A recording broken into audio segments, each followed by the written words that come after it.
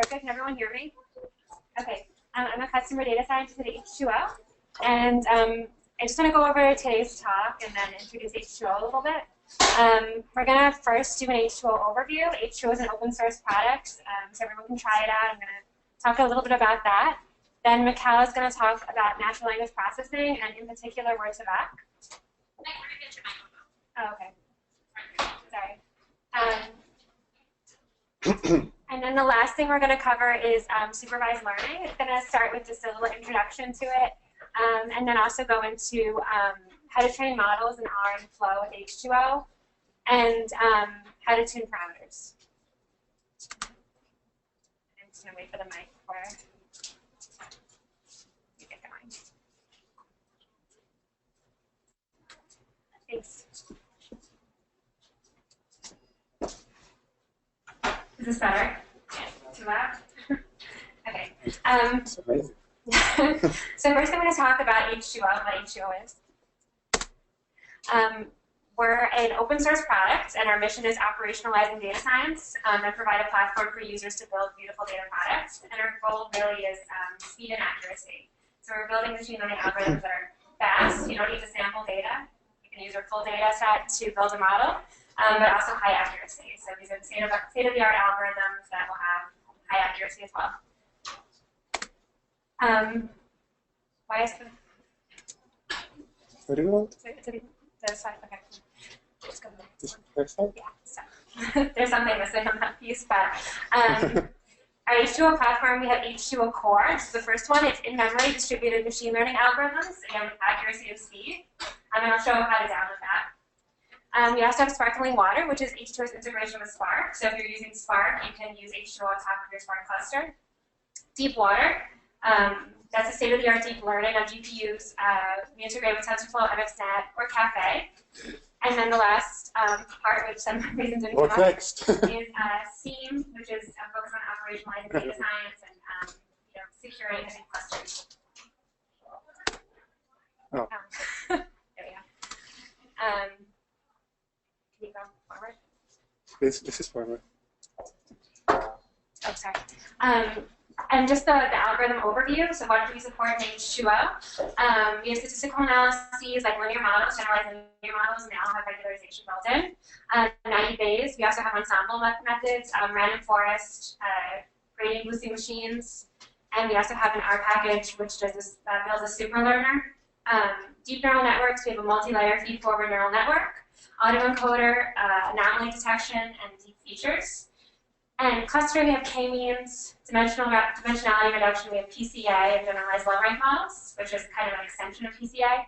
And time series, we have the ISAX algorithm. And today we're going to be focusing on our word embedding algorithm called Word2Vec. And now I want to hand it over to my colleague, who's going to talk a little bit more about the architecture. Thank you. My name is Michal Kurka. I'm a software engineer at H2O, and I like to start always with a little bit about H2O's architecture so that we know what we are talking about. This slide shows high-level overview of what H2O is capable of doing. H2O is an in-memory distributed machine learning platform. It runs on top of Hadoop. You can also start a standalone cluster just on a bunch of servers. It is, if you are not familiar with H2O yet, you can think of it as a Spark for machine learning.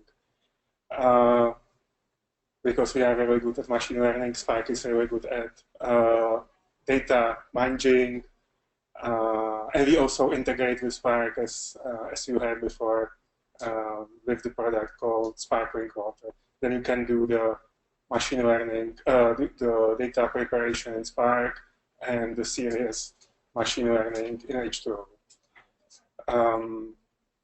We support different type of data sources. You can read data from HDFS, S3, different kinds of network file systems like NFS, AFS, whatever.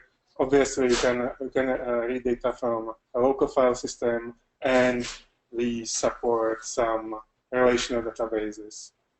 So even if you are using something like Oracle, you can still load your data in H2O and crunch them in H2O. H2O is equipped with different kinds of interfaces, as you can see above. We have R client, we have a Python client, we expose directly our REST API, and we also have a user interface that we call H2O flow. It's kind of a notebook interface that can guide you through the machine learning process. H2O is implemented on top of JVM. It is implemented in something what we call optimized Java, which means we just break some coding standards to achieve better performance. And that because we are implemented in Java, we are able to integrate with any JVM language. You can use us from Java, Scala. We also have some kind of integration with Tuple, Spotfire, and probably other products that are not even mentioned here. The big rectangle that you see it's supposed to represent the H2O compute engine. And as I said, H2O is a distributed platform. Typically start bunch of nodes that find each other and they form a cluster. And from now on, you can work with the cluster, not with the individual nodes, obviously. The machine learning process starts with loading the data into H2O. And that means the data are ingested in our distributed in-memory storage, which is column-oriented, and we have a columnar compression. It's obviously a lossless compression, so the data represented in memory will be typically smaller than how they look like in a raw form on disk, and the ratio could be, let's say, 1:3, but it really depends on your data. Once you load the data, you can do some exploratory analysis or descriptive analysis. You can do your feature engineering. Again, we support R, Python for that, or feature selection. And when you have the data set ready, you can pick from some of our machine learning models, and we support supervised and unsupervised learning. You will probably try a bunch of algorithms and pick the best one that works for the best for your use case. And once you are comfortable with the model, you think that's the good thing to do, then you can export the model for your production environment. We have two possible representations of models. One of them we call POJO, which is basically just a generated Java code that you will compile, and what you are compiling is the scoring logic for the particular model. So in case you are working with GLM, then the POJO will have a function that takes the input data and evaluates the coefficients. So the POJO is nothing magical. It gets slightly more complicated with tree-based models where the POJO needs to represent how you traverse the tree. And recently we introduced something that we call Mojo, which is another representation of model. It is basically a zip file that contains a bunch of other files that represent the model, and these files are stored in a proprietary format that's optimized for fast scoring. What we really care about is to have super fast, we call it nanoscale scoring. It's almost not noticeable in your production environment. And these are just few examples of environments where you can deploy the POJO or Mojo, because these two things don't have any deep ties into H2O. They don't require the cluster to be running. They just need one jar on the class path, and they can do the scoring. Then we can really deploy them into almost anything that supports Java. popular deployments are Spark or Hive. We did work with our customers for Kafka and Storm, but sky is the limit. If you have a database like Oracle that supports Java user-defined functions, then you can use the Pojo or Mojo as a user-defined function in their Oracle database and make it smarter. Now we are working on another thing, we call it Moco probably, or C++ Mojo, which will let you score in C++, and then you can really put it into almost anything, into your Raspberry Pi, or if you are a cable company, you can put it in your cable modem and get some interesting behaviors. Yeah, this talk will be all done in R, and that's why I think it's appropriate to explain a little bit in more detail how H2O works on top of R. The important thing to understand is that the R client is really just a wrapper that calls our REST API. So everything you do in R, if you call the H2O function, and typically they are prefixed with H2O prefix. So we would call H2O GBM, for example. What it actually does is it just prepares the request for the for the REST API and calls the REST API, and all the computations are then performed in the optimized Java code on the H2O cluster itself. No data are actually in H2O. So for example, if you want no data are actually in R, they are all in H2O. So if you wanted to work with a data set, you would use H2O import file, provide the path to the file. Again, it can be HDFS, S3, whatever you might think of. And what it gives you back into the R environment is just a pointer to the data. The data are actually living in the cluster. They are distributed, which means each node fetches a portion of the data from, let's say, in this case, HDFS. Then they are parsed into something that we call chunks, and the chunks constitute the H2O frames. You will see, if you actually try importing data into H2O and call the function, you will see some statistics about the parsing process, how many chunks were used, and stuff like that. Yeah, maybe I will not go into too much detail, but the point is that if the data set is big enough, then the data is spread across the cluster, and if you run some machine learning on top of that data, it will be also distributed. What you will get in your R process is the pointer. There will be no actual data in R except for some preview data, but the object, the H2ODF, still behaves kind of like a typical R data frame. We try to mimic the same behavior, so we would use the familiar data frame API to, let's say, remove some columns or do some slicing of the data set, or introduce a new column based on the data from the other columns.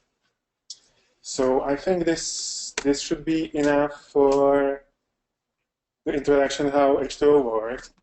And I will now have to switch to another presentation that's better for my part of the talk. Yeah.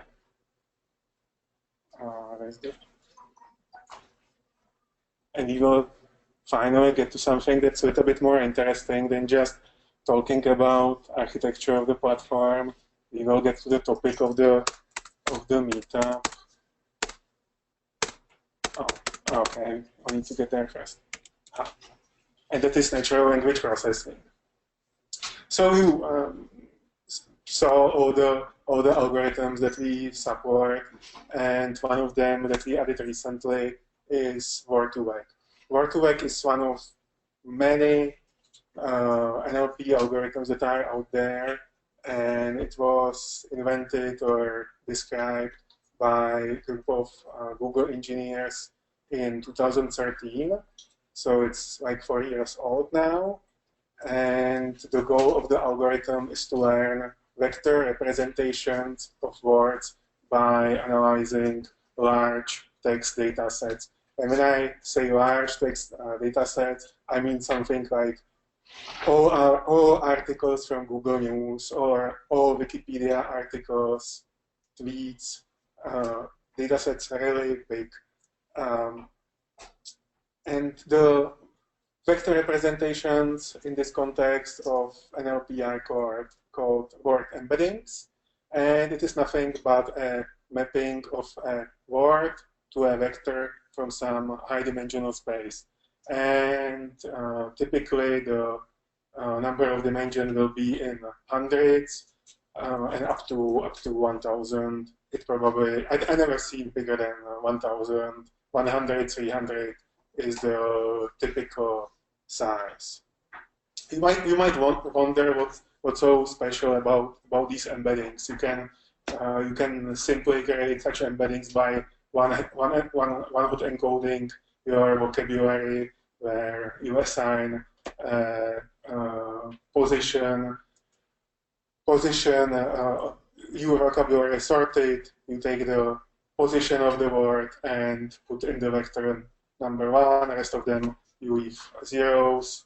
Here you have vector representations. That such a vector representation is used in NLP, but it doesn't have the nice properties as Word2Vec. The important thing about the Word2Vec embeddings is that the embeddings actually in some way capture meaning of the word. And what nice property it has, that words that are semantically similar will be close to each other in the embedding space, measured by cosine distance. So if you are looking at, let's say, word dog and words dog and a puppy, then their cosine distance will be smaller than, let's say, of dog and a car. And that's how you can find, and it's very useful to find synonyms and also analogies. If you know a little bit about Word2Vec, then you probably heard about this famous example. If you are given this equation or this problem, analogy problem, when you say what is man is to woman as king is to something, then you would probably answer that king is to queen as man is to a woman. And you can solve this problem with Word2Vec as well. Just do subtraction and addition on the word vectors. So you look up the word vector for king, subtract the word vector for man, and add the word vector or the word embedding for a woman. That gives you some kind of a vector, and you can find the shortest. You can find a word that has the shortest distance, shortest cosine distance, and it would be a queen as long as you train the model from a reasonable data set. So that's a very nice and powerful property that you can utilize in your machine learning workflows. When we talk about Word2Vec, it's actually a collection of algorithms. It has different flavors. One of the flavors is called skipgram, and one of them is continuous back of words. They are kind of inverse to each other, and I will talk to them later. They are just different ways how to train the same thing, how to train the model. And again, you can use different techniques to optimize the algorithm and make it run faster, optimize in terms of make it run faster. And there are two ways of doing that.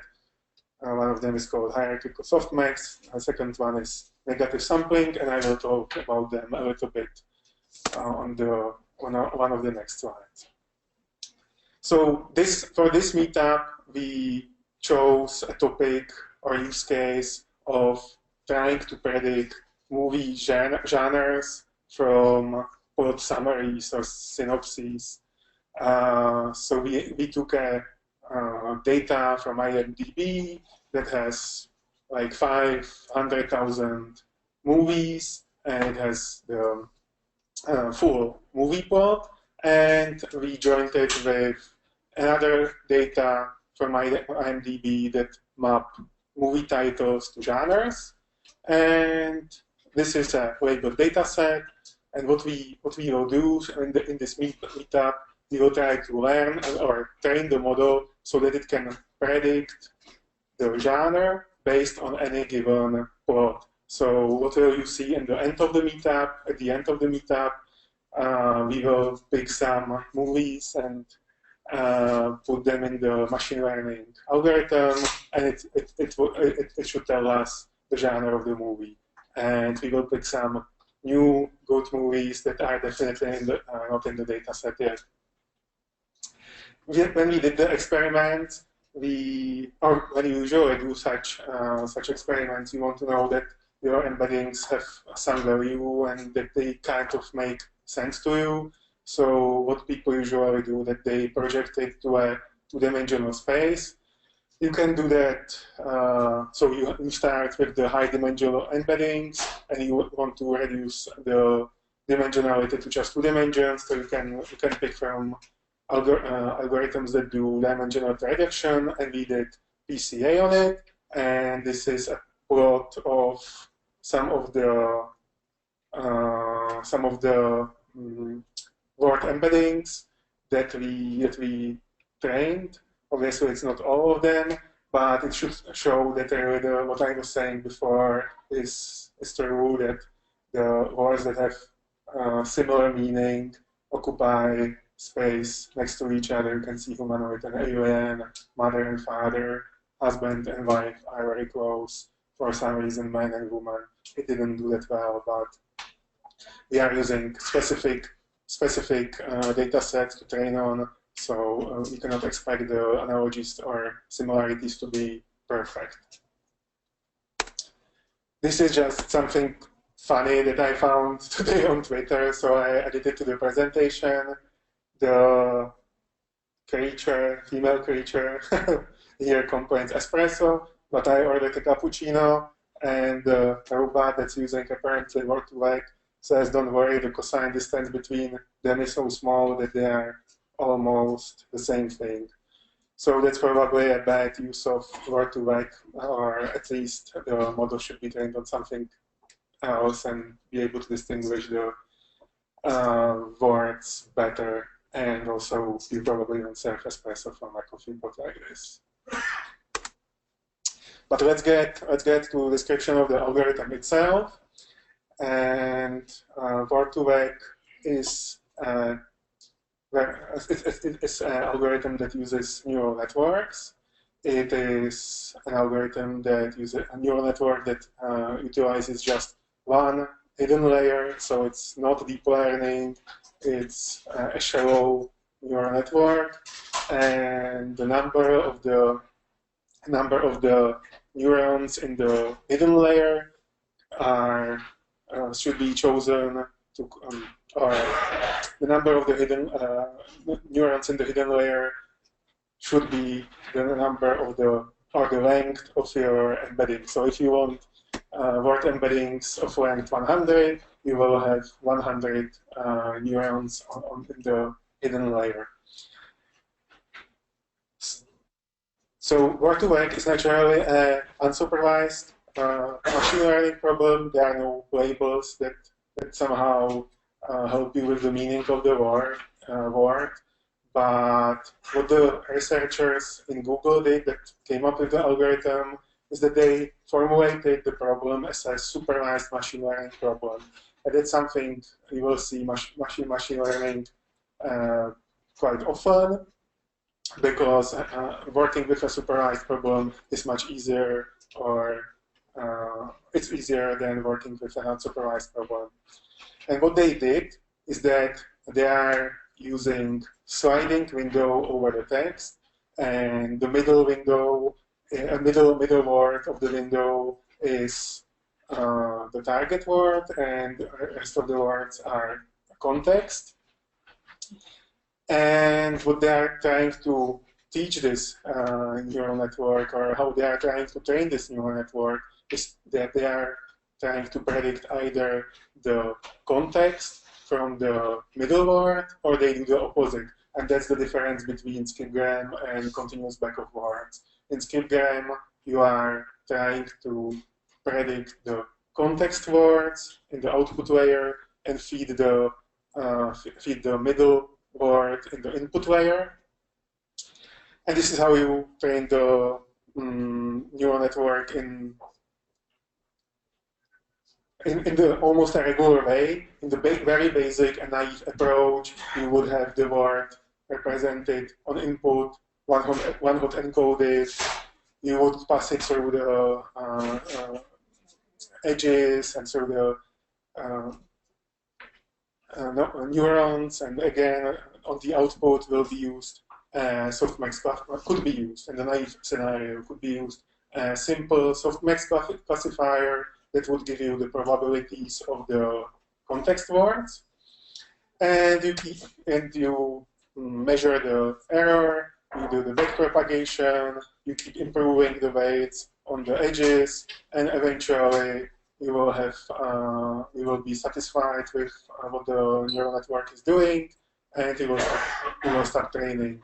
And once you are done training, you don't care anymore about the weights that are coming from the hidden layer to the output layer, and you only keep the weights from the input layer to the hidden layer, and that's what constitutes the embeddings.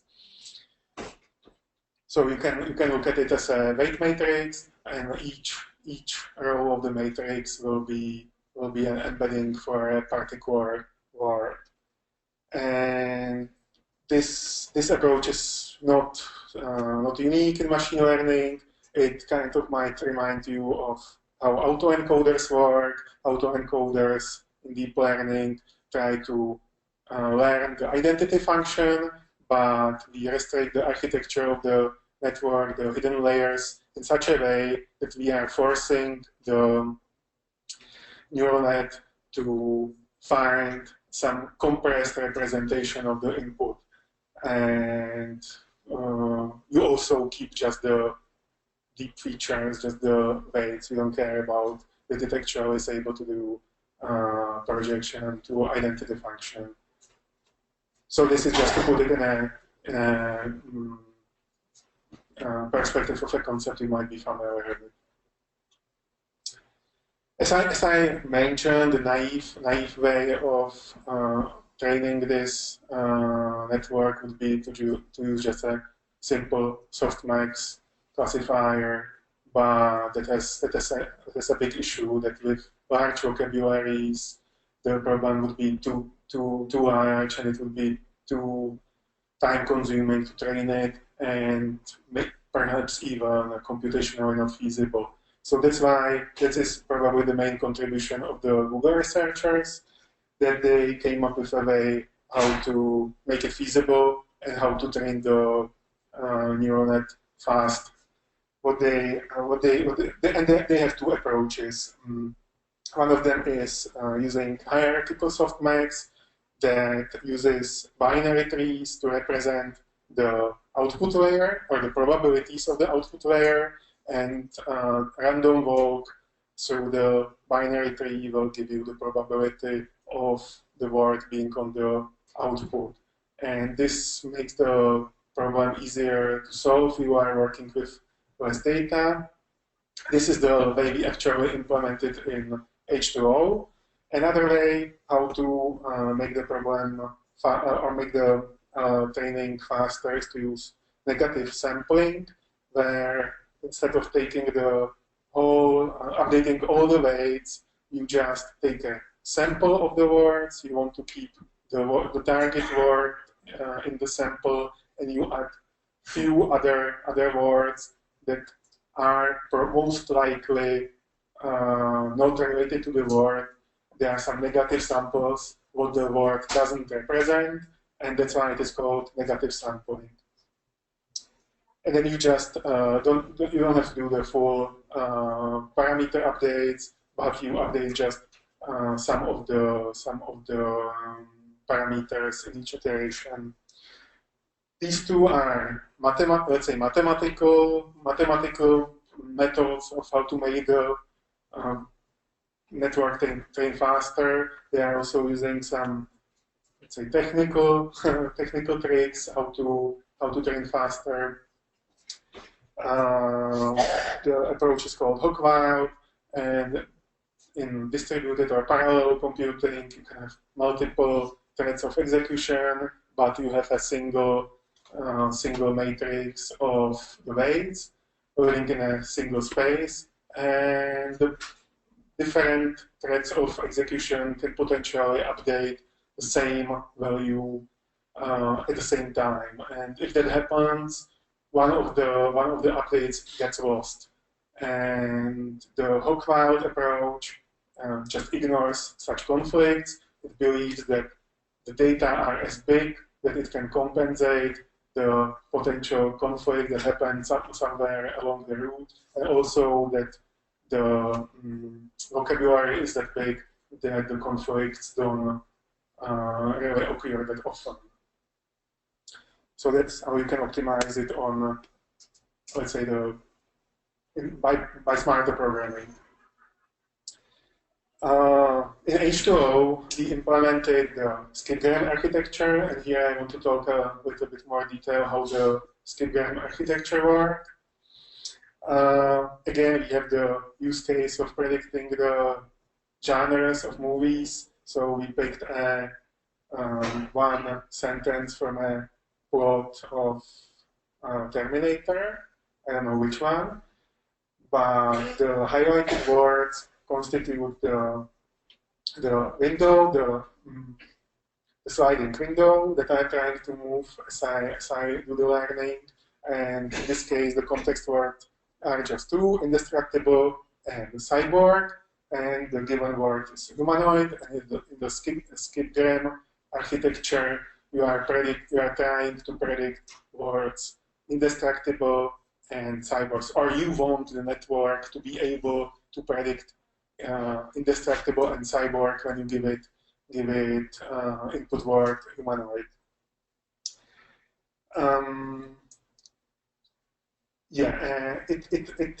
It doesn't do it at the same time, but it treats every pair of the words as a separate observation. You first feed it the humanoid pair, humanoid and indestructible, and then humanoid and cyborg.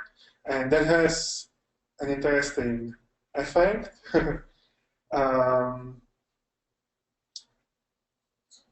It takes longer than the continuous back of words. It works better with larger training data, and it is able to better represent even rare words or rare phrases, again, continued compared to continuous back of words. Because in continuous back of words, you do the inverse problem, you feed it indestructible and cyborg, and you average these vectors, and you are trying to predict the humanoid. And this kind of intuitively tells you that it smooths the meaning of the input. It's not the exact input, and that's why the skipgram is better to do. Is doing better on rare words compared to continuous back of words. Right now, we don't support continuous back of words, but the support for it is planned. I think it is a still good algorithm to have because it is faster, the training is faster, and it also performs a little bit better on smaller data sets. Okay, let's talk about. So let's suppose that we already trained the embeddings, got the embeddings, we have the mapping from words to the the vectors, and how would we actually use it. So Word2Vec embeddings are typically used as in a preprocessing step of another machine learning algorithm. And today we will see some of the classical machine learning algorithms like GBM, GLM, maybe deep learning. And all of these are, especially GLM, GBM, they require input of a fixed length. So what do you do if you have a sentence or a paragraph of words?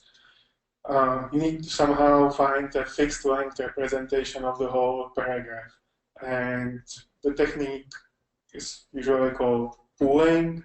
And you can do very simple pooling, mean pooling, just you take the vectors and you average them. So you map every single word to the vector, you sum them up, and you calculate the average. And that sounds kind of maybe even too simple to produce any good results, but Word2Vec is a very powerful model, and the meaning of the words is well represented. So even if you do this averaging, it might still give you a very good performance on your problem, especially if you combine it with other features. And I would definitely recommend to try this first, because you might be surprised that the performance is already good and you don't have to go into more complicated techniques. Obvious disadvantage of this method is that it completely loses the order of the words. And in case your problem requires the order of the words to be somehow preserved, the embedding that you found for the paragraph should somehow differ if the order of the words differ, then this technique won't work that well. And that's probably true for sentiment analysis, where it really matters how I say stuff. It can change the meaning if I'm saying a positive thing or a negative thing. So there are another techniques how to do that. I don't want to go into too much detail, but you can use PCA and Fisher vectors. That's something that's inspired in image recognition, or let's say computer vision. That's techniques used in Fisher vectors are used in computer vision. And this analogy is not, or this transfer of the knowledge from one field to another is not limited just to the Fisher vectors.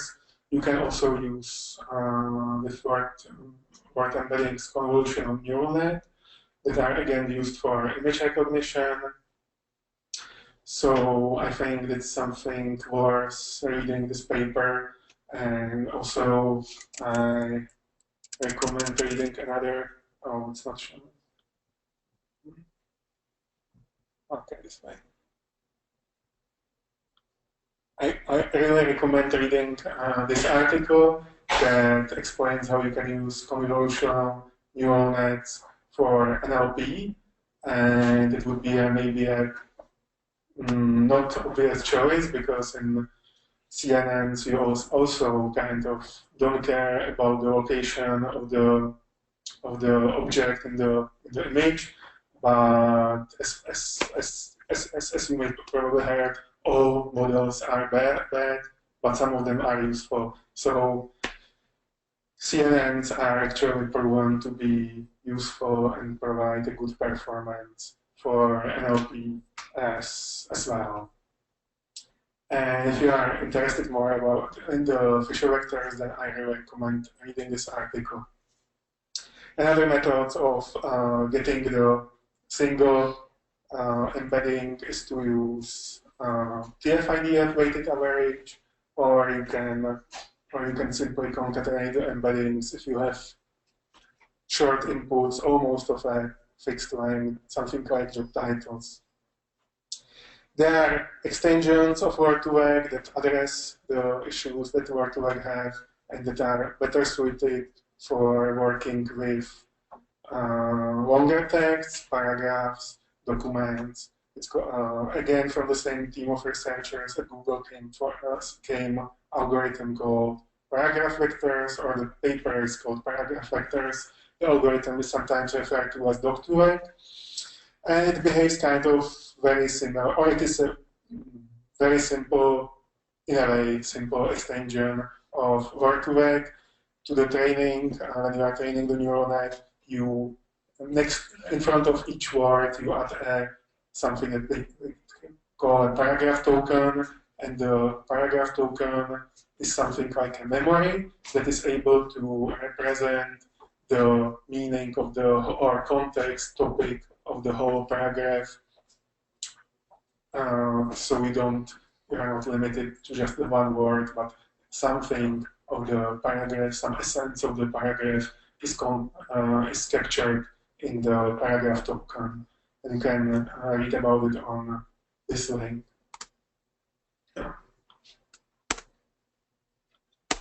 Yeah, but that was enough of theory, and let's look into some actual machine learning workflow, or example of a machine learning workflow that you might want to do when you are working with Word2Vec or with text in general. Our use case will be predicting movie genres from movie plot summaries. And to do that, we will first train a Word2Vec model. Then we will transform the plots into vectors, and in the end, we will do some supervised machine learning algorithm in order to predict the genre. Again, we have the plots and we have the genres in the data set, so it's a supervised problem. We have the labels. The Word2Vec workflow starts with breaking up the plots into separate words. Then you filter something that's called stock words, and that's words that are very frequent. They don't carry any meaning. They don't bring anything to the table.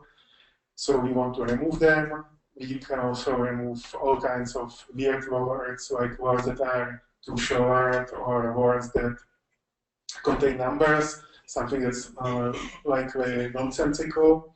And once we have the clean input, then we run the training with the Word2Vec model, and after we will see it later. But once the training is done, you can evaluate the model. The easiest way is to just put in some words and find synonyms for the words. See if they make any sense. If they don't make any sense, that's probably something wrong. You need to continue training the model. Or maybe your dataset is even wrong. Maybe your dataset doesn't capture the meanings for the word you put in. But they just really to quickly check that it works at least somehow. If you wanted to be more serious about measuring the quality of the model, then you would want to evaluate the semantic accuracy of the model. And this is something that is available. Google provides tools that let you do that. You can download their tool, and they have a data set that has many examples of the analogies like king, queen, man, woman, and it measures how oftentimes the analogy is correctly predicted. It checks that grammar is correctly captured, so that plurals when you have dog and dogs is similar to cat and cats, so they have all these kinds of let's say effects, grammatical effects, and that you can try to they measure how many times the model predicted the right word, the right answer, which is one way to look at the accuracy, but to do that, you really need to understand what the problem you are solving, you need to have a data set like Google has the data set, and your problem might not be as general as Google's. You don't try to process the whole web. You might be training the algorithm on your specific domain. Let's say your specific domain could be movies, and in movies you will see occurrence of different words than just in a typical newspaper article. Movies will probably more often talk about aliens and humanoids and stuff like that. So if you have a specific domain, it might be better to just ignore the not try to measure the accuracy in a way like this, but focus on the actual problem you are trying to solve. And in our case, that would be how well we predict the genres. So let's just train the model somehow, then evaluate it on the supervised machine learning algorithm, see how the algorithm is doing. If it is doing that well, let's go back to the Word2Vec and try to keep learning or make the vectors longer. Maybe the issue was that your vectors were too short. But assuming you have a good model, you can start using it. Somehow map the plots to a single vector representation and do the supervised machine learning. This slide will just shows you the key functions that you will probably use if you try it yourself on your laptop to break up the words into break up the sequence the words into sequences of words. You will use a function H2O tokenize and give it some regular expression that in this case extracts just the words and skips the punctuation, for example. Then you will invoke the Word2Vec algorithm. In a very basic setting, you can give it just the number of epochs and leave the other parameters default. And then you can start evaluating the model, find the synonyms, or convert the model to a data frame and do the PCA. Visualize it or plot it in the two-dimensional projection space. If you think it's okay, it kind of makes sense, then okay, yeah. Then you can move further and start working with the larger sequences of text, and for that you will use function H2O transform that right now accepts just one way of aggregating, that's the averaging. You will definitely add also TF-IDF, and we will see if we know other methods, but we also have paragraph vectors or Word2Vec on their own way, so that will be another improvement of accuracy. How are we doing with that? Do I have time for the... Okay, so I would also like to show you an actual demo of running Word2Vec. It will be not that long, so hopefully you will forgive me that I'm maybe talking a little bit longer than I was supposed to. Let me just get the RStudio on the right screen. Yeah, it kind of gets, yeah.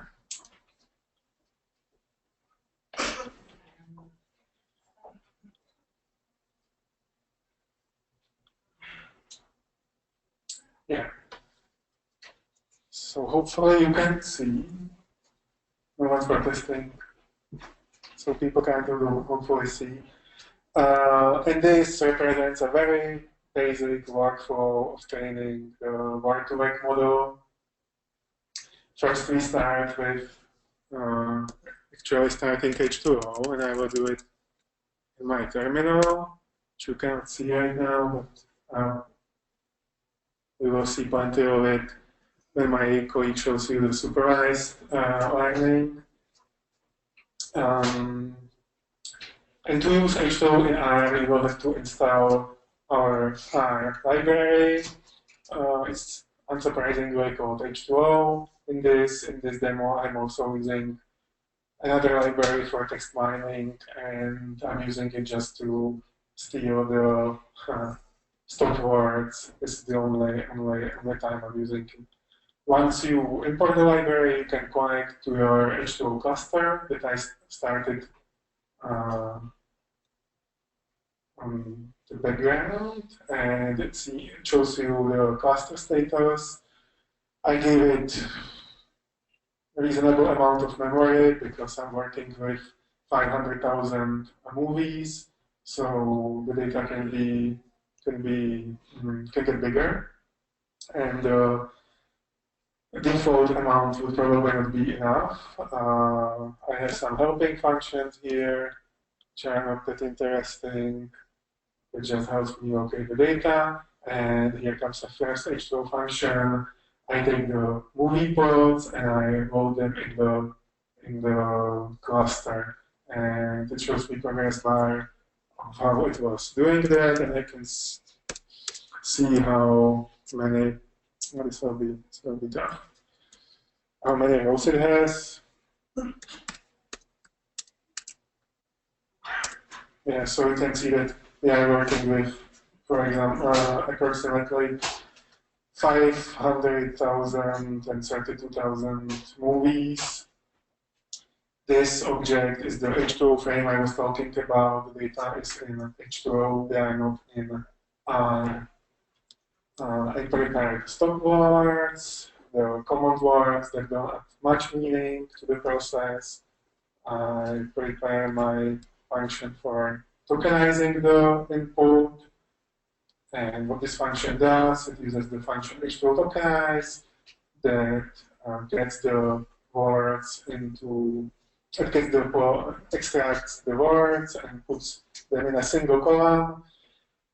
This is especially useful for further processing because since I'm working just with a single column and the original plots are delimited by NAs or by some delimiter, then I can just work with the single column and I can use any available H2O function.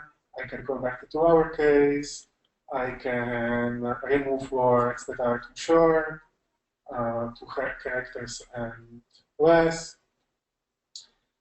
And I can also remove words that contain numbers using the H2O get function. And finally, I remove the stop words. So let's run this. And that was too quick because we do lazy evaluation in R, so nothing was actually executed yet. It will get executed after I ran some functionally. So when I try to find out how many input words I actually have in the data set, that will take a while. But it shouldn't be that bad. Yeah, we will finish it. Oops. I made a typo. Okay, so the number of words is approximately 32 million. So the input data set has 32 million words, and on this I can train the Word2Vec model. And we will be, just for this purpose of this demo, we will be using parameters that will make it run reasonably fast, and the embeddings will be of a good quality. It is just to show you that I can train it, and then I will actually use a model that I pre-trained before. But while I'm training it, and my laptop is running hot, and all the CPUs, I cannot find the pointer. Okay. All the CPUs are utilized because H2O is not only. Oh. See if I can really show you how the CPUs are used or not. Maybe it's not right. Okay, it doesn't work this way. So you just need to test me that everything is green now. Maybe you can hear the fans siren. Yeah, but this gives me some time to talk about the other parameters that you can give the function. You will see to provide the training frame, but you can also specify the minimum frequency of the word to be considered for the training. If it's too little, then you probably don't want to train on such a word that makes everything slower, and it's probably not important to train on that word. You can right now specify only the skip-gram model. In the future, it will be able to say you want to use the continuous backup voice and you need to specify the size of the embedding. The default is 100, and you specify the size of the context. Default to 5. And new parameter that I didn't mention yet is some sampling rate that and the purpose of this sampling is to downplay the role of very frequent words and also make the training faster. So if I have a word that appears very frequently, it's oftentimes in the context, this gives me the probability that the word will actually be discarded and the training pair will not be considered. And that's beneficial to the algorithm in both ways, in accuracy and in learning time. Initial learning rate, I need to give it just like any neural word and number of inputs. Typically, a larger number of imports provides a better model, but we really need to play with the parameters and experiment a little bit. So I had a model trained, and if I was not restricted to just this one screen, I will show you how it looks in H2O, but I will not do that. Maybe we'll see it later.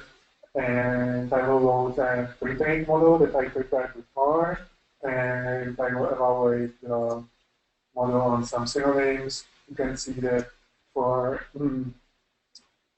target word alien, it found synonyms aliens, extraterrestrial, humanoid, planet, Martian.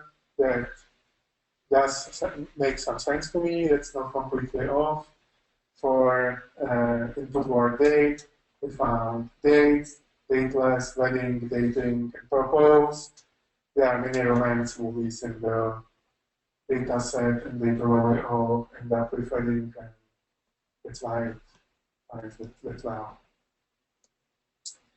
And the last step before I give it to my colleague is to take the plots and transform them into the aggregation, transfer them into the embeddings for the plots, and you can use the H2O function, H2O transform, and the number of rows on the output should be the same as the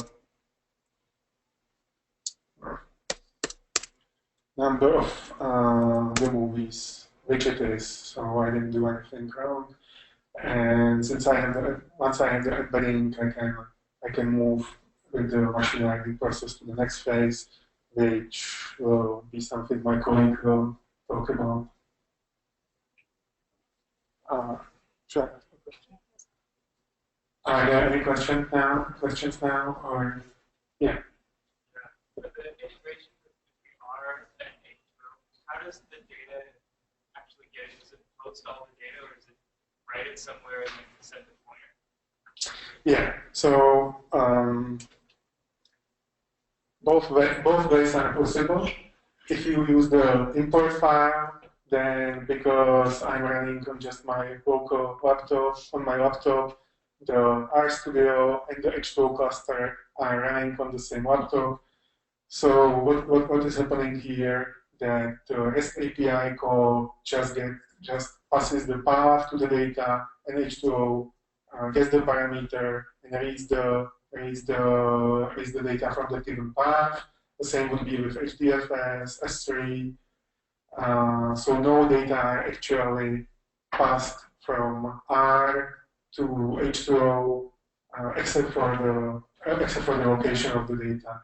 We have another flavor of this function that's called H2O upload file, and that's useful when you have some data in R already. You have some data frame, and you don't want to save it anywhere explicitly. You don't want to explicitly save it anywhere, and you want to pass it to H2O. In that case, it uploads it to H2O, it just does a post request on the H2O cluster.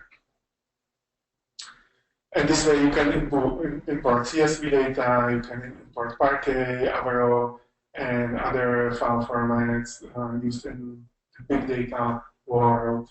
For example, if you are using Hive, you can use ORC files with H2O. You can use sparse data represented in SVM light.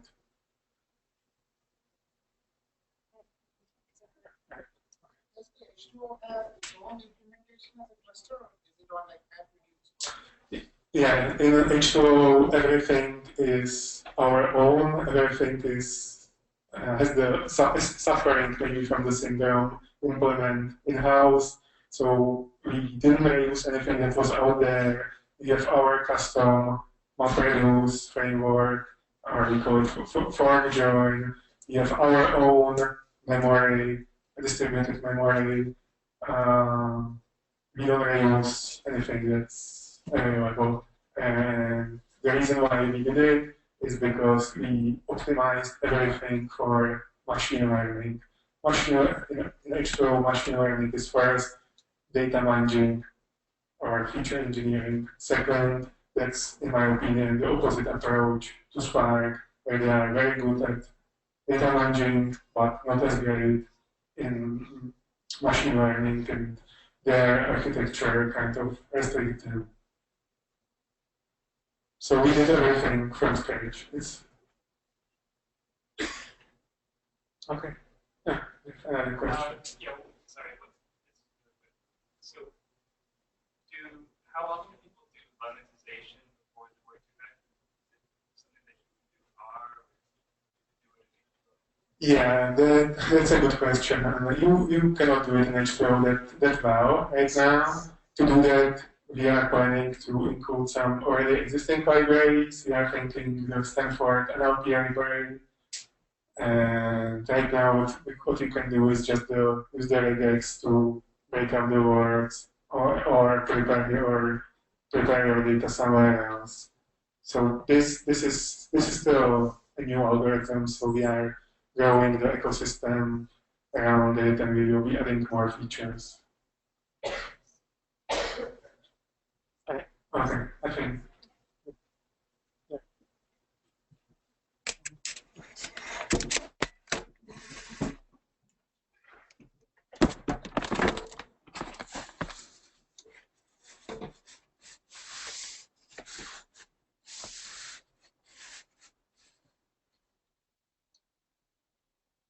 Yeah.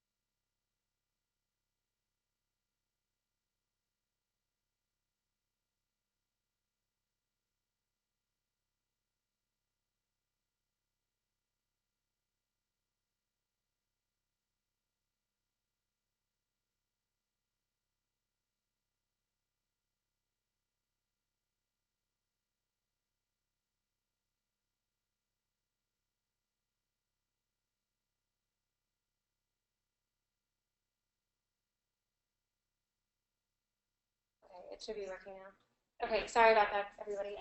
Okay, so as you mentioned, the agenda today, we talked about Word2Vec. Now I'm going to go to supervised learning and then go through a demo. First, I just wanted to do an introduction to machine learning. Maybe I'll sit down. So what's machine learning? Well, my goal of this talk is to basically predict from a plot what the genre of a movie is. And if I was to try to make a rule-based model, I could think, okay, if the plot contains certain words, it's probably sci-fi, right? So if it contains alien, future, scientist, we could probably assume that the movie is sci-fi. If it has dog, magic, princess, it might be a family movie. And I can go through that and probably make a pretty good rule-based model.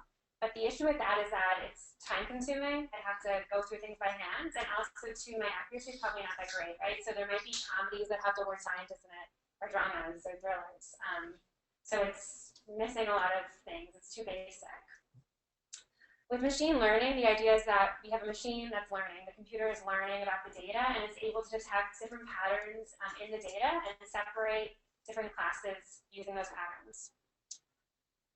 So here, for example, I'm putting movie plots into a decision tree, and depending on the path that the decision tree goes, it will give me family movie or sci-fi movie.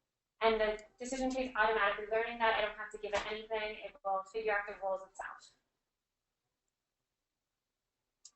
And decision tree is just one example of supervised learning.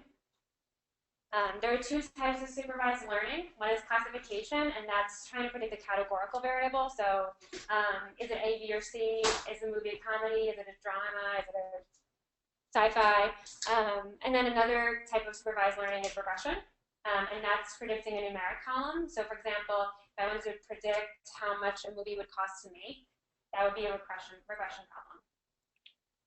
Today we're going to focus on classification. And the last thing I want to just bring up in my intro to machine learning and supervised learning is overfitting. So what we want to essentially do with the classification problem is, in this example, we want to somehow split the red circles from the blue squares. And this is kind of giving us a good line. It found some signal within the data, found its natural pattern that we can separate. Here in the second picture, I'm actually getting more correct, but it looks like it's trying too hard. And what's actually happening here is that it's memorizing the data. And one of the things that happens with machine learning is that the algorithms become very advanced and very complex. And it's so complex that it actually can memorize the data. And we don't want this to happen, because if it memorizes, it won't do any good with new data. So for example, let's say I have something, I want to predict age, and I give it a social security number. The machine learning algorithm can memorize for each social security number what's that person's age. If I give it a new person, it will have no idea what the age is. So just an example. So now I'm going to do a demo. We're going to show how to predict genres from the word embeddings that Michal was talking about. I'm going to go to my RStudio for this. Okay. Can everyone see that, or is that too small? Maybe I'll make it a little bigger.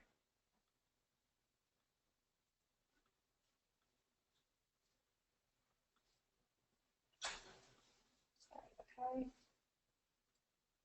Is this okay, size-wise? All right. So as Michal mentioned, the first thing we're going to do is we're going to start an H2O cluster. I'm going to start it from my terminal, but you can also start it from R. I'm just going to run a Java jar command. Okay, and now I see that H2O started, and it's giving me some IP address. So I'm going to load the H2O library, and I'm going to connect to that H2O cluster. And now I can see, as Michal has shown, all the cluster information. Now, if you want to try this yourself, you can go to the H2O website, click on Download, and click on Download H2O Latest Stable Release, and you'll see a tab for installing an R, and it's just installing a current package. If you're Python users, it would just be pip install, and you would pip install H2O. Okay. So now I'm going to go back to R. We've connected to our H2O cluster. First thing I'm going to do is I'm going to import my plots. So I'm going to use H2O import to import these plots. And then I'm going to run what Michal had shown. I'm going to remove the stop words and tokenize. Now what I'm going to do is I'm actually going to import a pre-trained model. So this was a pre-trained model using this glove algorithm. don't know if anyone's heard of Glove. This one is actually training on Wikipedia articles. So the idea here is like Google or Glove has all of this data. Let's use a pre-trained Word2Vec and see if that does any good with predicting genre. So I'm going to import this Glove Word2Vec model into my H2O cluster, and then I'm just going to call it convert it to an H2O Word2Vec function. Okay. Now, same steps. I'm going to transform my words, or aggregate rather my word embeddings for each movie. So it's going to take the average. So if I have the cat in the hat, it's going to take all the word vectors that belong to those words, average it, and that will represent my movie. So as Michal talked about. Okay. It's pre-training, and then I'm going to add these pre-trained word embeddings to my original data frame by doing a cbind, and I'm going to assign it as, I'm going to call it, the name of it is going to be movie data.x. One of the things H2O has also, which we haven't mentioned, is flow. So every time I start H2O, not only do I have to kind of use R Python, but I can actually go to flow, which is web-based UI, and do a bunch of things there as well. So as a data scientist, what I usually do is I work in R Python, and then I will build models in flow or watch them build in flow. And I'll show that. So first we're going to import the data. We've already imported, so I'm going to list all my frames. And I found my movie data at hex, and make this bigger.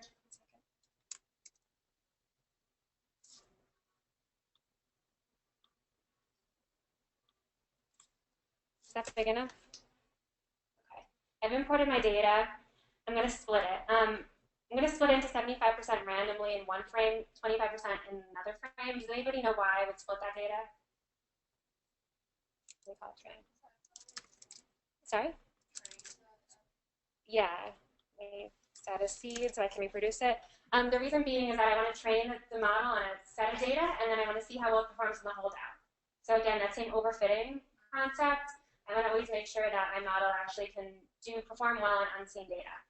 So I've used H2O to split the frame. I can do this in R2. And now I have 2 frames, training and testing. I'm going to go to my model menu and click on a model, a supervised learning model. And we're going to start out today with gradient boosting machine. Is anyone familiar with that algorithm? GBM? Okay. It's an ensemble of decision trees. Each decision tree is building off the error of the previous one. I'm going to click on it, and I get a menu. So I'm going to just fill in this menu with what I'm going to build.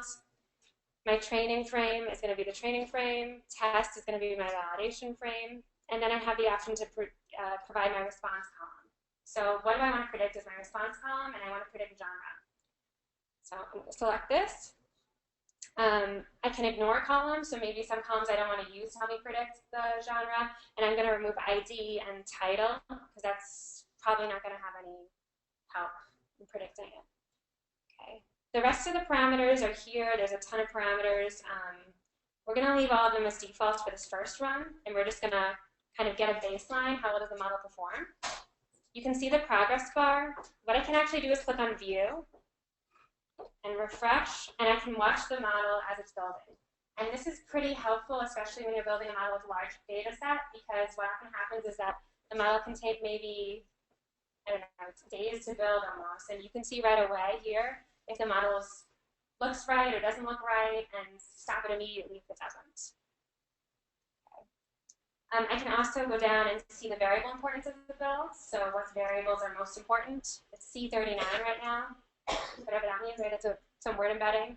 And we also can see the confusion matrix for the training data and the validation data. So how well do I predict each genre? Let's see, did I finish building? Almost done.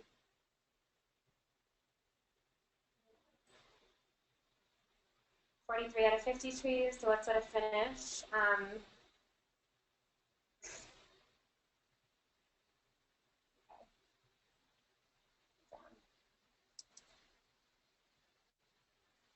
Okay, so I can see the full scoring history now. The blue represents the training data and the log loss, and the orange represents the validation data and its log loss. And you can see kind of at 10 trees or maybe even 5 trees, it starts to diverge. Whereas the number of trees grows, they're both decreasing, but the blue time, the training data is actually decreasing faster. And that's because the machine learning algorithm is using the training data to learn the model. And at a certain point, it will start to overfit, and we're actually going to start to see it plateau, and it can even go up. So if we start training too much, it will actually hurt the model. I want to go down to our confusion matrix. So this is the confusion matrix for the the validation data, this data that it's never seen. So how well do we actually guess the genre just based on these pre-trained word embeddings from Wikipedia? So some we do pretty good. So if we look at documentary, we have a 17% error. So we're actually pretty good at guessing documentaries. I guess it kind of makes sense. The plots are probably very different from other plots. But what do we have a hard time predicting? We have a pretty hard time predicting thriller and also romance. So here we can see that 512 thrillers, actual thrillers, were mislabeled as drama. And same thing with romance. We have a lot of romance movies being mislabeled as drama. Anybody know why that could be happening? So thriller and drama are really similar. What a drama plot looks like and a thriller plot looks like, there's a lot of overlap, especially considering that these genres were crowdsourced. What I think is a drama could be someone else's thriller, vice versa. So if I just take a look at one example of this. Sorry. So here's a plot of a drama from the training data. Like there's an investigation agency, hunts down clues in the murky and sinister world of crime. That kind of sounds like it could almost be a thriller. So I understand why maybe the algorithm's having a hard time differentiating the two. All right. The last thing I want to show is we have this hit rate, top 10 hit rate. And what that's saying is how often do we correctly guess the genre is based on the genre with the highest probability. So for each record that we train, we're going to get some probability of each genre. And we're going to say whatever genre has the highest probability is our prediction. If we just look at that top one, we have a 68% accuracy, which isn't that great. If we maybe be more lax in our definition and we say if anything in the top two is right, then we have an 82% accuracy and so on. So it looks like usually the first two guesses are right. I'm going to go back to R. Now maybe we can improve the model a little bit by including some custom word embeddings. So what if we actually built a Word2Vec model on just these plots and use that word embedding as new features? And the reason being is that the plots are kind of different than Wikipedia articles. There might be more, they're all fiction, so they're just going to have different, I think they're just going to sound different. So let's build a Word2Vec model on the actual data and add that as new features to help us predict. So I'm going to, again, load the model because it takes a little bit long to run. And we're going to do the same thing. We're going to aggregate the Word2Vec models, word embedding, sorry, add it to the movie data, and we're going to assign a new key called movie data. Okay. I'm going to try to build a second one with the additional word embeddings in R, just so you can see how they work. I'm going to make this we're going to split the data first. Again, H2O split frame into training and testing. Sorry.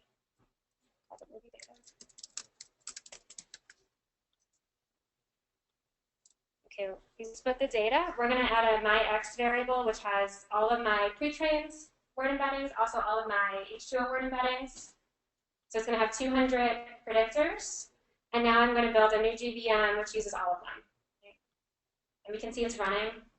There's a progress bar. But again, I can still go to my local host, this flow, and actually watch the model build. So let's list all my models. I have a new model called GVM model H2O, and I can refresh it and watch it build. So it doesn't matter where you work from. If you're working with Python, R, you can always go back to flow and watch it be made and watch the features and everything. The variable importance, sorry.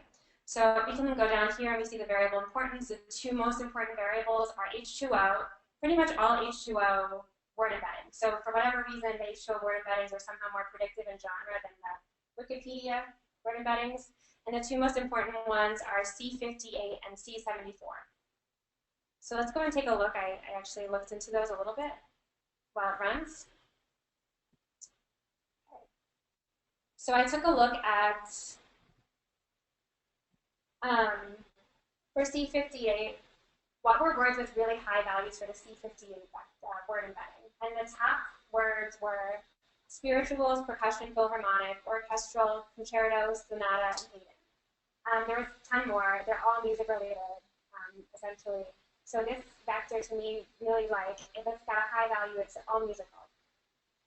And for some reason, all of the movies that have a high value of this vector were documentaries. So a lot of documentaries about music in this particular data set. So if it had like any name of a composer, the documentary probability is really high. That kind of makes sense. Now let's take a look at C74. So I took a look at C74, what were words with high values for that? Okay, so we had Einstein's, patrolman, upperclassmen, speakeasies, arousal. Does anyone want to guess what genre was? What? What's that guy? Sorry? It was, no, I didn't have that genre, but it was comedy. So, kind of hard to guess, but I can kind of see it if you're thinking about plot. I mean, upperclassmen, if you have a comedy about a college, right? Yeah. Yeah, it could be comedies and movies. So those were the two most important features that we just dug into in a little bit. And now let's see if our model's done running. Yes, it is. So our model's finished. Here we can see the scoring history again. And now we can go down and look at our confusion matrix. We actually have a much better accuracy using both the pre-trains, Wikipedia word embeddings, and also the H2O word embeddings. So now we have a pretty good accuracy. We're very good at predicting Westerns. Sci-fi is okay. Let's see, we got good at documentaries, pretty good at dramas. I would say that this doesn't look spectacular, but if you think that there are 10 different possible values, we're doing a pretty good job, I would say. And especially considering that thrillers and dramas and romance and dramas have a lot of overlap. So if we consider consolidating that into one, maybe like aggregated genre, like drama / thriller / romance, we probably have a better accuracy as well. Okay. One of the things that you can see from this plot is that it actually looked like in our flow that we could still keep building more trees and it would do better. So we were only building 50 trees, but if we increase that parameter to a higher number, we are going to actually see a better accuracy. It didn't learn all it had to learn from the data yet. And that's what that plot is telling us. But if I just set it to a really high value, we'll see overfitting. So here I just set it to like 500. And we can see that it plateaus and it actually starts to get worse for the testing data. It's actually makes it perform poorer, even though the training is always getting better and better. And that's where we see that memorization happening. So what we can do is actually use H2O's early stopping. And this is automatically going to stop building the model once it sees that the error hasn't decreased by a certain threshold over a certain window. So if I say after 5 rounds of scoring, I don't see an improvement of more than 0.01%, stop building the model. This is particularly nice because you can set it to some really high number, let it run, and the model will figure out when to stop it. And with that early stopping, sorry, go back. We saw a decrease in accuracy. So this is just with the pre-trained word embedding, 0.637 mean class accurate error. With the pre-trained H2O word, 0.54. And then with early stopping, we even lowered that down to 0.50.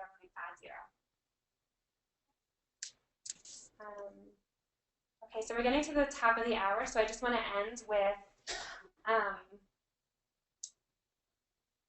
quickly about hyperparameter tuning. We can do a grid search in H2O. What we can do is specify these hyperparameters. So we can ask H2O to try a bunch of different combinations of features. It will automatically either do a Cartesian grid search, where we'll try all possible combinations, or a random discrete grid search, where we'll randomly select different combinations and run until either, let's see, either in this case, the max runtime is hit, so I don't want to run for more than an hour maybe, the max models are hit, or I see that the top models never improve by more than some percentage, right? So it's kind of converging. And we can use H2O to do that, this grid search, and see if you can perform even better by tweaking all the rest of the parameters. The final thing I want to show is now that we have, let's say, an okay model, using early stopping, can we take a plot and predict what the genre is? So I'm going to kind of make a pipeline, I would say, of this overall function called genre predictor. And what it's going to do, let's see, it's going to take a plot. It's going to tokenize the plot using our tokenize function. It's going to aggregate the word embeddings that belong to the words in that plot. And then it's going to do that for both the glove model and my Word2Vec model. It's going to create a new data frame with both of those word embeddings added. And then it's going to run H2O predict on some model based on these word embeddings. So what I'm doing is I'm kind of just tying everything we've done together into one function so that now I can say, this is my plot, what's my genre? Okay. So I'm going to just load our Word2Vec models, and I'm going to also load the best GBM I had run. Okay, it's loading. And now I'm going to go to Rotten Tomatoes. And first I'm going to try Logan. If anyone's seen Logan? I didn't see it yet.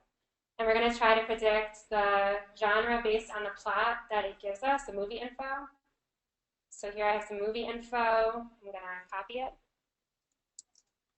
Okay, so my plot, it's 2029, mutants are gone. Okay, let's see what it predicts. Okay, we predict sci-fi. Sci-fi the highest, and then the next highest is thriller. Oh, sorry, sci-fi, then drama, then thriller. Based on Logan, based on the mutants. Kind of, I think it makes sense. I think I would call it a sci-fi movie. Okay. Well, it's got sci-fi, thriller, drama. Those are the top three. Okay.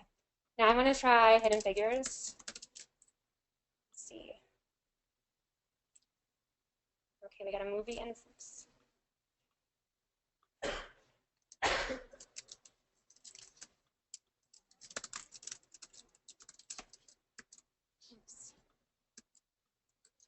okay, now I'm going to try to do this one. It's running, and my prediction is documentary. Kind of interesting. Based on the plot, I can kind of see why. Let's look back at the plot.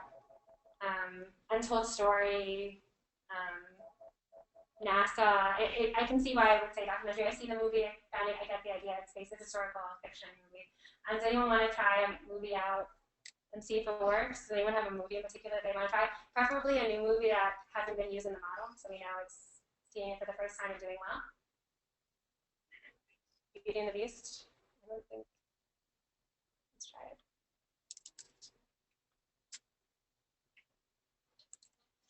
Okay. This is a long one. Let's see what it does.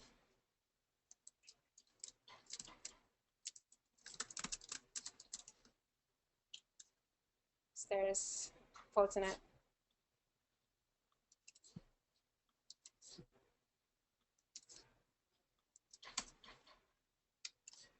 And any more quotes? Somewhere.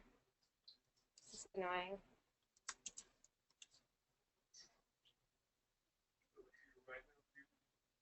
Yeah, another one.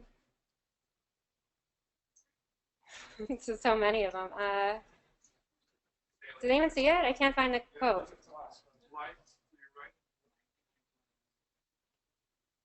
Really can't find it. Oh, here, I got it.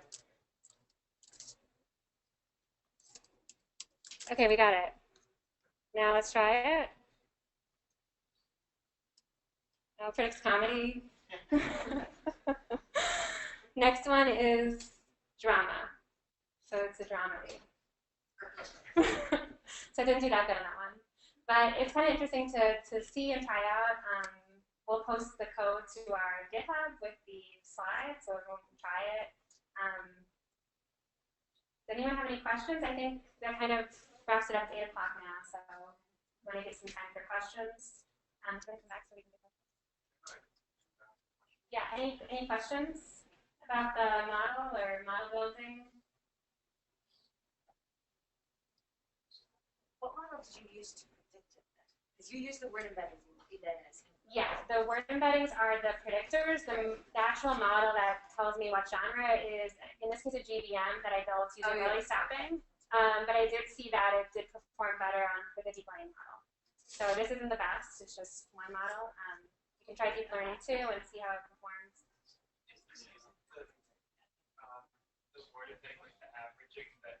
Yeah, it's going to use the averaging because the word embedding gives me a vector for each word, but the movie has maybe 50 words in the plot, and I want one line, one record for each movie. So how do I aggregate that? I'm taking the average, as Michal said, of all the words and using that as my features. So what's the average C1 of this movie? What's the average C2 for all the words? Yeah, sorry. Sorry?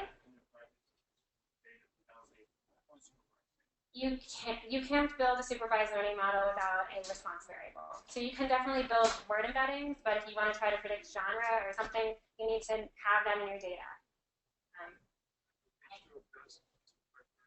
H2O doesn't supervise learning, so we have things like, for example, anomaly detection, or like it uses an autoencoder, a deep learning autoencoder. It's trying to do a deep learning model that will predict the data itself. And what you can use that for is any records with a high test error, high error, reconstruction error rather, means that it's an outlier probably. So how do you choose the number? So the Word2Vec, the number. How many?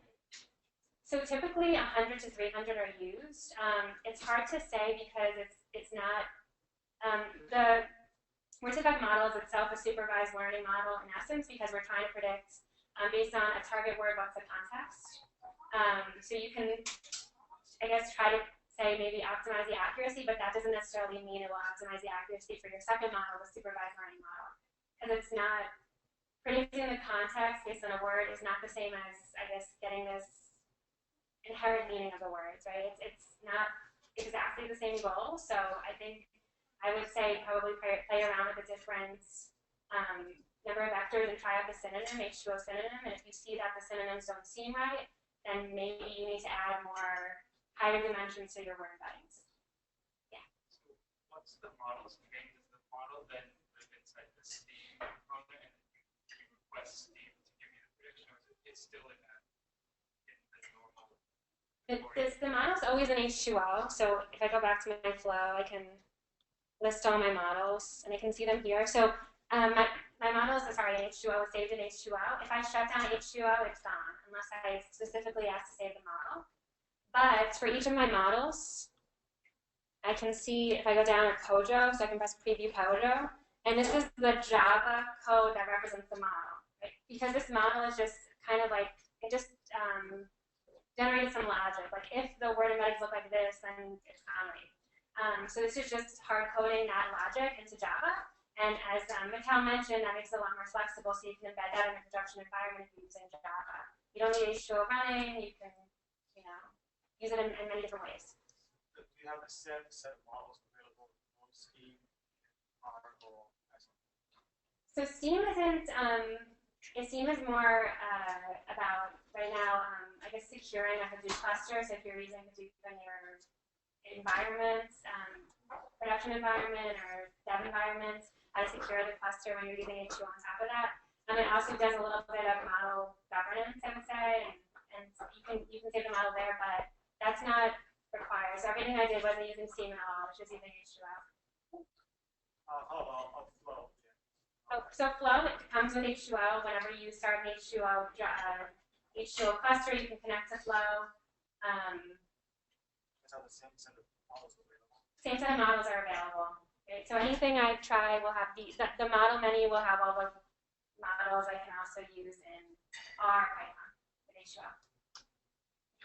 Like working on business. At the beginning of the talk, you said like you try to find stuff that's both quick and accurate. Yes. Like that's usually exclusive, right? Or like how do you balance the two? Well, the idea here is that it's quick because everything's distributed. So right now I'm running on one node, but if I run on Hadoop cluster or a Spark cluster, I can distribute my computation. And I would say too that quick and accurate sometimes are related. So for example, I could do row or column sampling, and that can increase my generalization. And will also decrease that computation time because I'm actually sampling my data at smaller data sets. So sometimes it's related. quite catch, you were using two different word embeddings in the Yes. second example. I didn't quite catch how you were doing that. Like, Yeah. Does this, can you use multiple? I mean, can you use 3, 4? How do you? Yeah, let's take a look at that actually. Here's how I built it. So what I did was I took this like raw movie data and I column-binded or kind of concatenated these pre-trained Word2Vec models from Glove. And so now I have a new data frame with 100 new vector, or 100 new columns. And I built a model. And then I said, let me try to do a Word2Vec model built with H2O.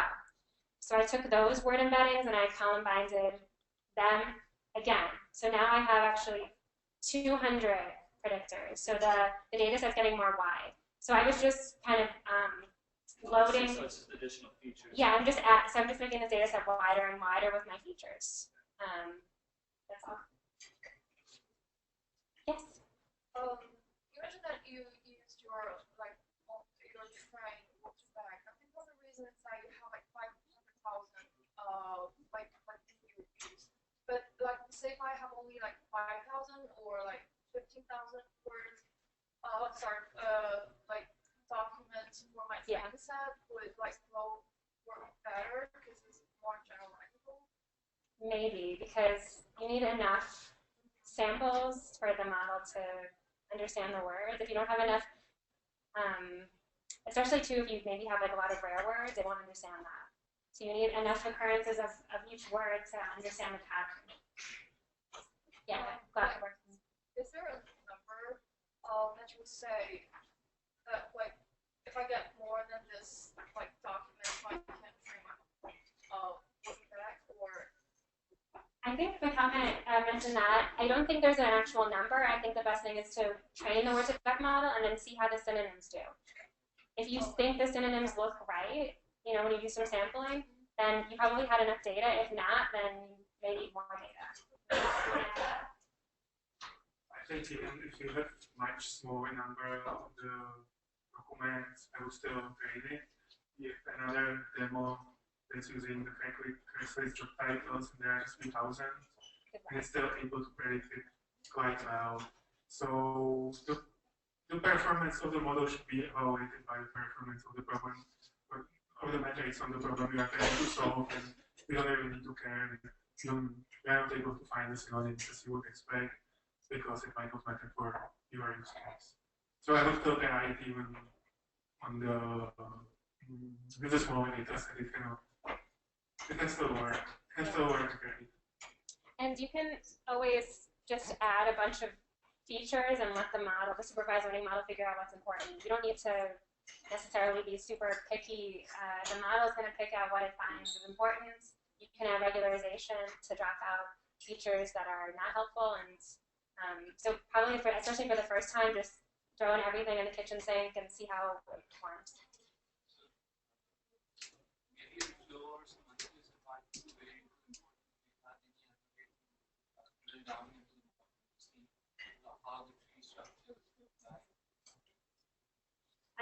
Yeah, do you want to talk about the Mojo? They asked about how to see the model other than the variable. How to see the model? That's a tough question. I think we are working on it. We are working on how to visualize the tree-based models. We are working on adding features that will let you see the particle tree in, let's say, GBM or random forest and see what's happening in the tree. We are also adding more interpretability features when we are trying to use as surrogate model or some much simpler model to explain the much more complicated model like GBM. So what we are working on in H2O is implementing a novel technique called K-line. What is basically does it uses K-means to cluster the data, and then on the clusters it fits a GLM model, and it gives you some kind of idea of what the machine learning algorithm is doing. So we are, I think, more featured towards visualization, for interpretability, for explainability, so that you really trust the models. It's not a black box anymore. You can somehow see what it is doing. But right now we have the partial dependency clause. You know, We have a partial dependency clause and variable importance, and Michal mentioned what's next on the roadmap. Yeah.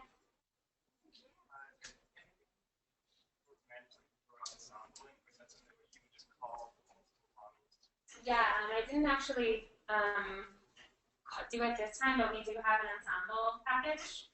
And what that does is it allows you to build a super learner.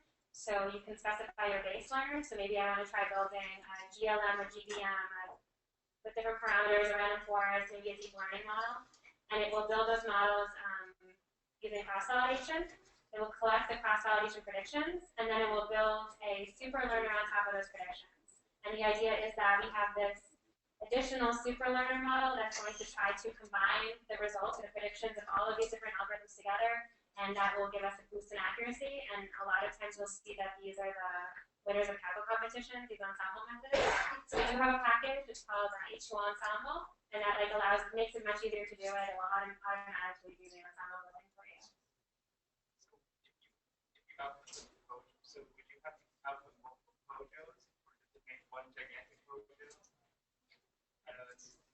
I know that's something I need to figure out, because I'm supposed to work on the pojos or mojos for the ensembles, and it's something I will work on in the next few weeks. It will likely be some meta mojo that will contain the individual mojos, and it will just assemble them. It will appear just as one zip file. Yeah, exactly. And here, this is this H2O ensemble. So you would call H2O ensemble. You would just give it a list of learners you want to use and a meta learner. So here I'm going to build with some parameters, a GLM, a random forest, a GBM, and a deep learning model. It's going to do cross-validation, in this case fivefold cross-validation, and then it's going to build another model on top of it, a GLM, on top of the cross-validation predictions. So it works, yeah.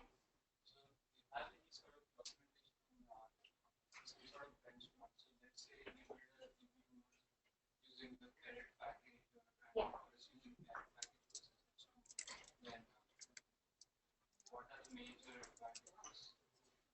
We do have a third-party benchmark here, so I can add the link to the GitHub repository of the tutorials, but it does go into a comparison of different R packages, like Carrot, Python scikit-learn, Vocal Wabbit, H2O, XGBoost, and Spark MLlib. It compares, I think, GLM, random forest, gradient boosting machine, and deep learning in terms of time and accuracy for an airlines data set of trying to predict whether or not a flight will be delayed.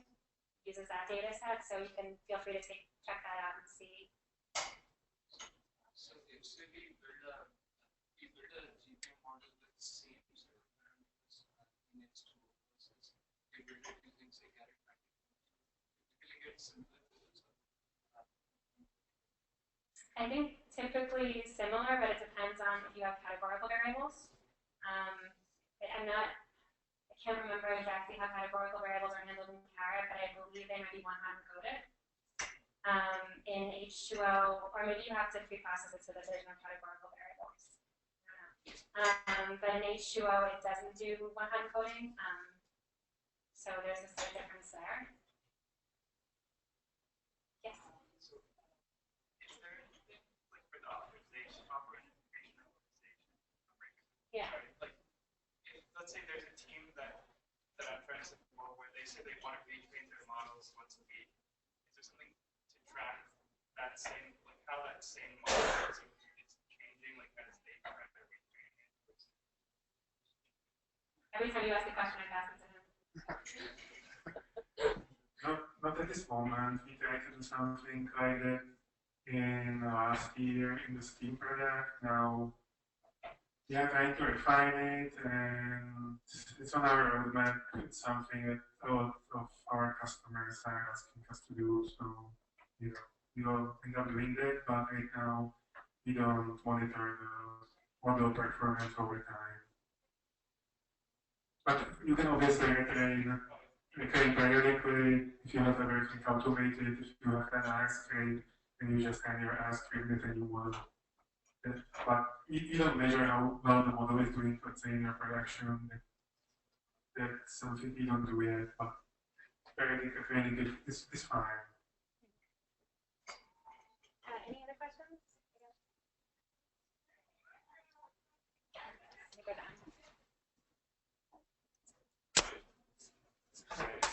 Some round of applause.